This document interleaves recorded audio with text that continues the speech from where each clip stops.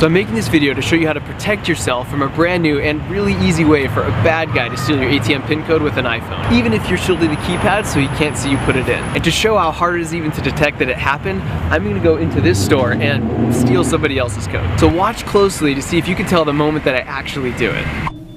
So she just swiped her ATM card and she's inputting the PIN here, which is the last thing you do before you finish your transaction. And then I step up to make my purchase. So that was it. If you missed it, let me play that last part over again. You'll see as I walk up, my phone just briefly hovers over the keypad. So let me explain what just happened. So what I've got here is a device from a company called FLIR that just came out onto the market, and it clips onto the back of an iPhone and it displays infrared, which basically allows you to see the temperature of things. Here's where it gets interesting. 30 seconds ago, I was sitting on this couch. You probably can't tell where, but how about now?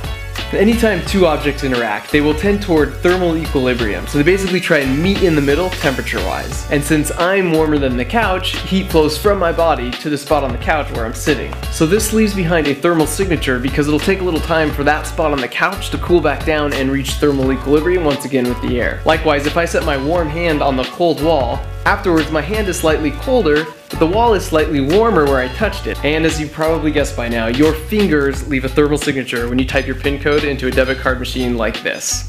And as you can see, in this case, the PIN code was 12345. 12345? Yes! That's amazing! I got the same combination on my luggage!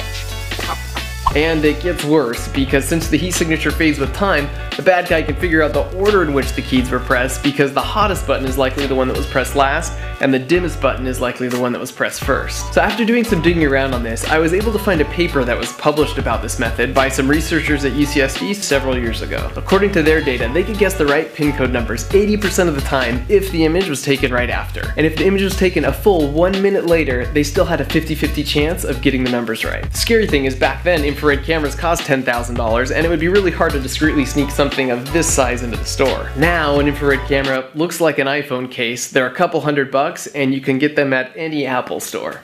However, there are two pieces of good news here. The first is that this won't work on all keypads. For example, metal keypads reflect IR like a mirror, plus they're highly thermally conductive, which dissipates the heat quickly, which doesn't allow for a thermal signature to even be left behind. However, I still found plenty examples of rubber and plastic buttons in my area that definitely left behind a thermal signature. Not to mention the other applications beyond PIN codes, such as door entry systems. The second, and this is the real point of this video, is that it is really easy to defend against this by simply resting your fingers on other buttons as you type in your code. As you can see here, this simple precaution makes a meaningless thermal signature. So spread the word, because it doesn't take any extra effort or time, and it makes this potential threat a complete non-issue. Oh, and finally, if you are part of the 11% of the population whose PIN code actually is 12345, consider this sage advice. Change the combination on my luggage! Yes, sir.